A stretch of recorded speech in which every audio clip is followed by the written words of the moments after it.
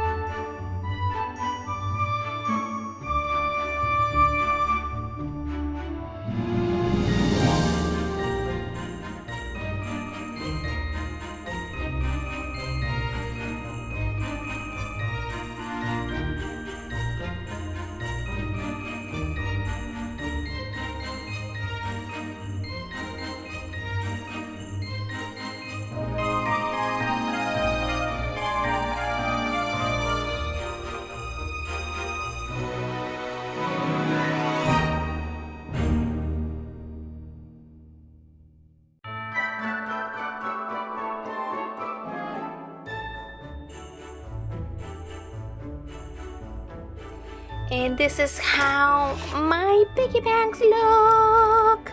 Here's Santa, the reindeer, the Grinch, and the snowman. And right on the back, I wrote a 2, a 0.